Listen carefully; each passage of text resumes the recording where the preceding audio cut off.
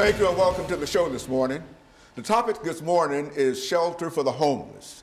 And we're fortunate to have with us to talk about shelter for the homeless, Mr. JSettles and Mr. Carter Abels, both members of an organization called Ephesus House. And of course, Mr. Settles and Mr. Abels, let me welcome the two of you to the show this morning and to tell you how delighted we are to have the two of you with us this morning, and especially to talk about an issue that is very, very prevalent and very, very popular this morning, because we find that there are many situations where people are without housing. And I think that your organization is involved in dealing with housing for the various groups. So let's start off, Mr. Settles, by having you give us some information in reference to your background, your education, and some of your experiences.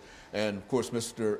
Abels will do the same thing. And then after this first segment of 6 minutes, then we'll get back, we'll have our first commercial break, and then we'll come back for our second segment, and then we'll talk about other things. And by that time, we should have a fairly good idea in terms of some of the challenges that are faced by individuals who are seeking housing. So let's start off with you, Mr. Settles, by giving us some information in reference to your background, your education, and some of your experiences. Well, I'm James Settles, and thank you for the opportunity to be here.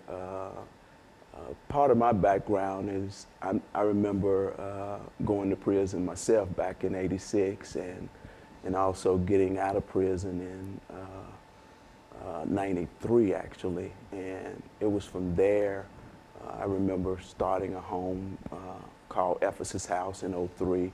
And part of that was because I went to prison and battled with a drug addiction and all of that. And as I came into a personal relationship with God, He began to show me how to do this thing the correct way. And I'm under the old school: to whom much is given, I believe much is required. So that's how Ephesus House was actually formed, to reach back and help others the way people help me. Very good. Mr. Carter Abel, what about your situation? Sure. So my name's Carter Abel. I grew up in Northeast Arkansas in a pretty rural community. Moved to Nashville in 2009, and moving to Nashville was really the first experience first time I'd ever encountered anything resembling homelessness, and it was mind-blowing to me. And so I got connected in the nonprofit community here, got connected to James and Ephesus House through a former professor, and just love being able to contribute to the housing conversation and giving guys a chance to turn their lives around and get a new start. Mr. Settles, in terms of talking about shelter for the homeless and various other groups, what are some of the groups that you would identify as your target area in terms of individuals who come to you, and where do they come to, and how do you meet them when they get there? And so we've got about 2 minutes before this segment ends. Let's give us that kind of information. Well, we actually put an emphasis on men that are coming out of incarceration and men that are homeless, that battle with substance abuse issues, and which both of those issues I battled with at one time. And that's what I mean when I say He delivered me. I remember going into treatment several times, but it was really coming into a personal relationship with Jesus that things got better. And so in a real sense, you're using your own personal experiences to reach out to others. How long have you been working in this area? I mean, this organization, how is this a relatively new organization or what? Ephesus House was started in '03, and we now have 4 facilities, where one of them we use for actually staff, and the other 3 places we house men. We can house up to 28 at any one time. And so you've got a very, very viable organization, and you're able to reach out to a large number of, especially incarcerated individuals coming out of the system who might need some kind of housing, et cetera. And so what we'll do, we'll take our first commercial break, and then, Mr. Carter, when we come back, we'll start with you, and we'll have an 8-minute segment, and that will give you an opportunity to talk about some of your opportunities and some of your actions in terms of dealing with Ephesus House. And in addition to perhaps say as much as you possibly can about Arkansas, because I happen to know somebody who came from Arkansas, and And of course, I'm from Arkansas myself. Wonderful. So we're from a place called Hope, Arkansas. And I think that you indicated that you recently came to Nashville, and so you probably know something about Hope, Arkansas. And when we come back, we want to hear some of the things that you have to say in terms of how you came to Nashville and how you became involved with Mr. Settles. And of course, we'll be back with our audience following this very, very short commercial break.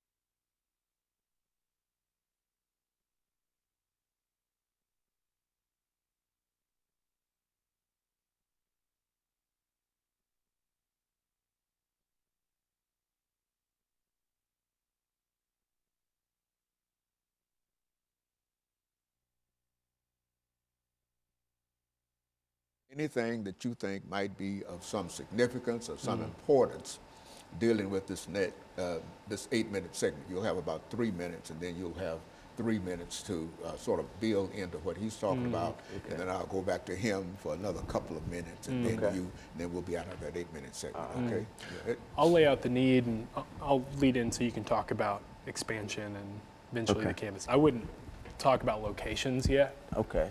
But and also, I'm not going to talk about how many people we're talking about housing either. Yeah. We just want to increase the number of people we serve. Okay.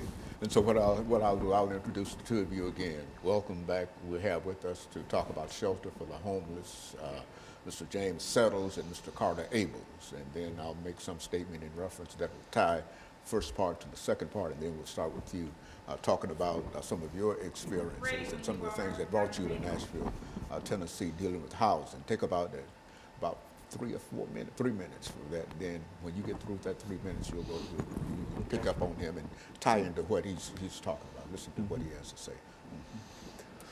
Are we ready?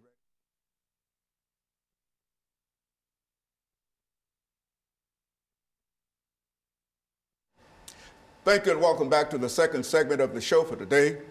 We're talking to Mr. James Settles and Mr. Carter Abels, and the topic is shelter for the homeless.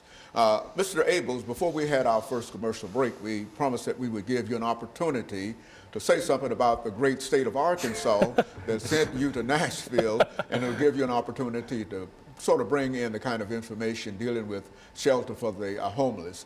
And then Mr. Settles will sort of pick up on what you have to say, and then we'll be able to deal with this 8-minute segment from that perspective. Sure. So I was fortunate to grow up in Jonesboro, Arkansas, so just about an hour northwest of Memphis, so close to Tennessee my whole life. Wound up coming to Nashville in particular to go to Belmont University here, and got connected to the social entrepreneurship program there, which is a really neat program in kind of launching people towards addressing social issues. But talking about housing and what we do, one of the things that is pretty staggering is just the immense need for this kind of housing. I mean, every year in Tennessee, 16,000 people are released from prison. And most of those people, when they're released, if they don't have a support system, if they don't have a job or family to take them in, they're essentially given the clothes on their backs, a one-way bus pass, and maybe $20 to $50. So if you don't have a support system in place, homelessness is inevitable, or those people wind up back incarcerated. And so the challenge that AFSIS House faces is how can we take in as many of those guys as possible and give them a chance to get on their own feet, to become contributing members of society, to find stability, and to re-enter society as productive citizens. And so, James, you've been involved with this organization for many years, have you not? Yes. And what have you found in terms of your experience, looking back over all of the things that you've done so far? What are some of the things that you'd like our audience to know this morning about some of the challenges that you have to face? Certainly, you're trying to deal with incarcerated individuals, 16,000, I'm told, out of the system each year, and certainly you can't meet all of those needs. But what are some of the needs that you're able to meet? Well, I really believe that one of the things that's a plus for AFSIS House is when men learn better, they actually do better. when men come to Ephesus House, one of the first things we do is help them get their ID, because when you're homeless, you really pretty much have nothing. We help them get ID. We have classes that are centered around job readiness, job retention, financial literacy. And in the evening time, the men are inundated with classes like critical thinking, relapse prevention, that's understanding addiction, anger management. Well, anger management covers a lot of stuff like family reunification.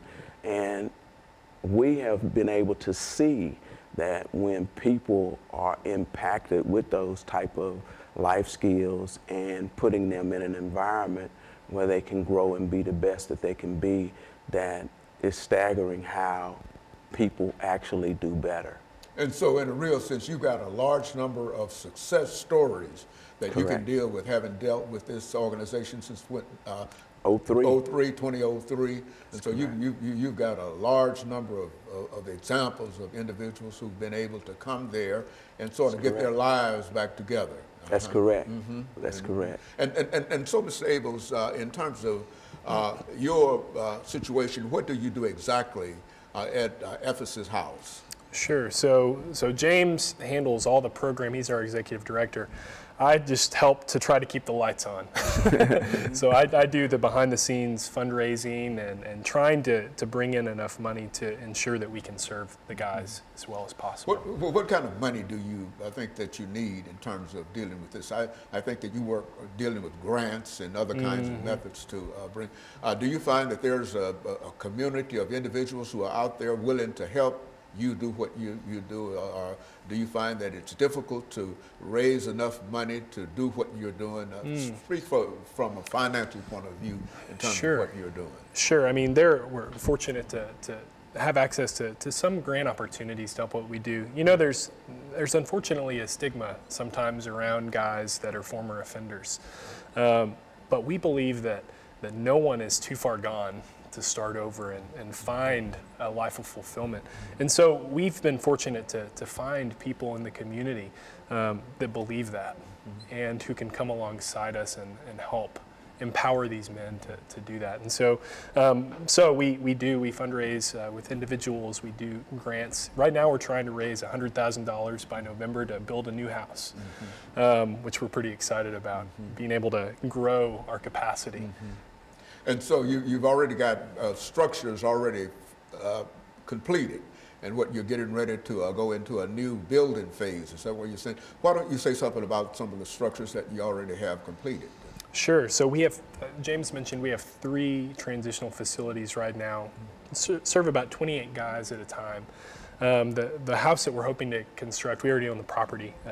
This fall will house about 8 more, but James can share more. We're hoping to construct a new campus that will be able to sort of bring all of this under one roof and really increase our capacity. And in terms of reaching out, and are these individuals involved in some other kind of activity, work-related activity that will not only support them, but would also help to support the facility itself? I mean, what do they do? Certainly they have a program worked out for education and et cetera, but what are some of the other things that they might be able to do to help themselves? Well, one of the things I'm constantly seeing is people have to be in an environment where they can grow and be the best that they can be, and that's why we're so excited about what we do at Ephesus House, and we're talking about a bigger number of people that we're trying to serve. One of the things we see that happen is